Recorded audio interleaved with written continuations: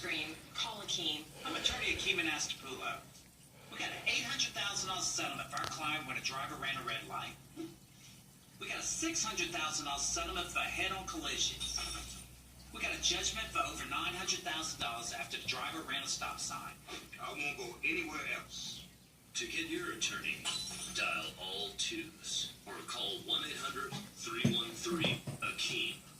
Killing more women than men and more women than all cancers combined. I don't know about you, but I intend to stay alive. Fight the lady killer. Get heart checked. You taught him how to hit a baseball, how to hit a receiver. You even taught him how to hit the open man. But how much time did this man teach you what not to hit?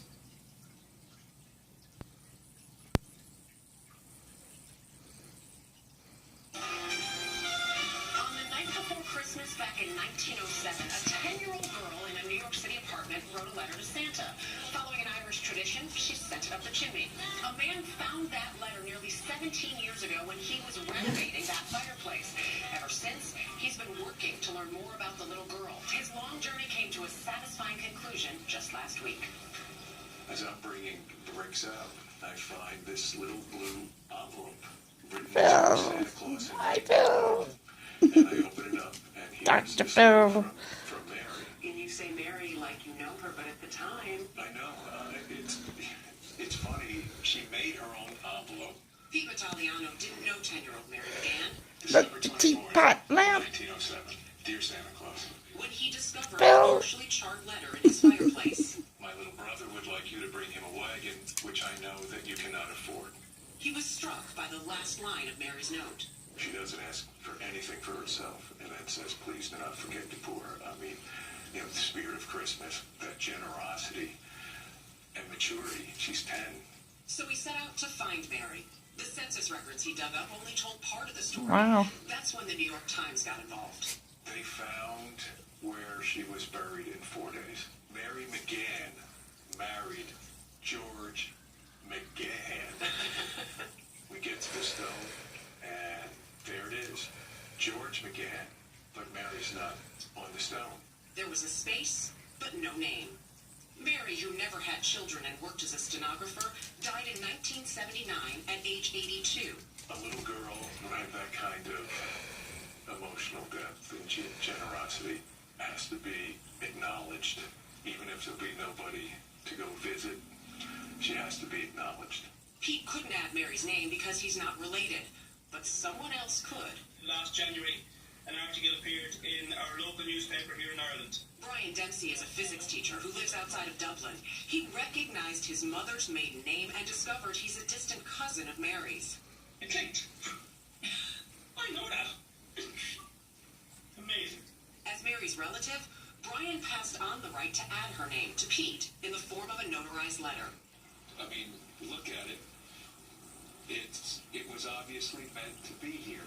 37 years after her death, Mary McGann's name was engraved on her tombstone. You got Mary's name on that tombstone. What else has she given you?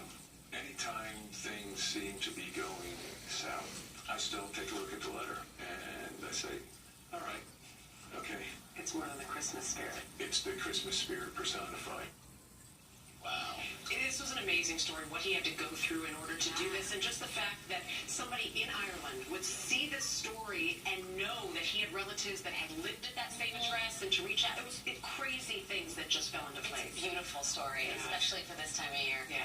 I love that he worked so hard to make it happen. Yeah. A national park in San Francisco was originally a military post to protect the city. John Blackstone got a tour. There are cannons lined up here looking up to the Golden Gate. Yes, each of these little square casemates had a cannon that could be fired almost literally to the other side of the bay. So any ships coming through would have to run the gauntlet of 102 cannons. Wow, 102 cannons. And how the architect behind the Golden Gate Bridge had to rethink his plans so he could save save the fort. And check out our Toyota Green Room this morning. Resident cartoonist Liza Donnelly is drawing the action right here in Studio 57. And gosh, is there a lot. Starting today, you can see her holiday scenes around New York City. Follow CBS This Morning on Instagram to see her interpretation of quintessential New York holiday moments. You're watching CBS This Morning. Your local news is next.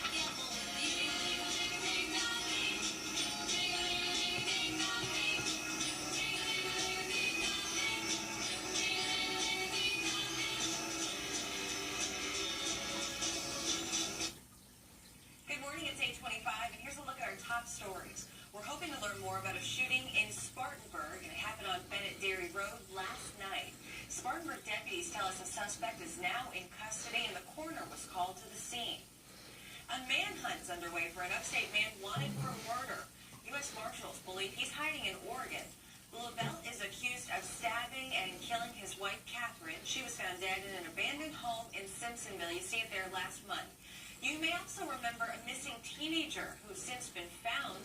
Authorities say that teen, Hannah Thompson, was found in Oregon. A government watchdog group is asking Governor Nikki Haley to step down as she prepares for the U.S. Senate's confirmation process. Yay. UN Ambassador John Kragel with Common Cause wants Haley to make Lieutenant Governor Henry McMaster acting governor immediately. Haley's office quickly dismissed that request. We'll have a check on traffic and weather with Dan when Daybreak returns. Happy holidays from 7 News. The deals are on fire at Benson Kia in Spartanburg. $0 down on $129 a month and no payments to June on a brand new Kia Soul. That's right, no payments to June. But to get that deal, you got to visit us at BensonKia.com. Does your prosthesis hurt or just not feel right? Do you feel like your life is limited and you can't pursue the active lifestyle that you expect due to your prosthetic? The amputees at Advanced Prosthetics can give you the care and attention to live the life you deserve. They understand and can empathize with their clients as they have been where you are. Call us today for an appointment at no obligation. We at Advanced Prosthetics are here to help you. For more information, click on Health Link at WSPA.com. $0 down, no problem. Low payments, easy. No payments to June, got you covered at Benson Kia in Spartanburg. $0 down for $159 a month on brand new 16 Optimus. But to get that deal, you got to visit us at BensonKia.com. Watch 7 News at 7, weeknights at 7.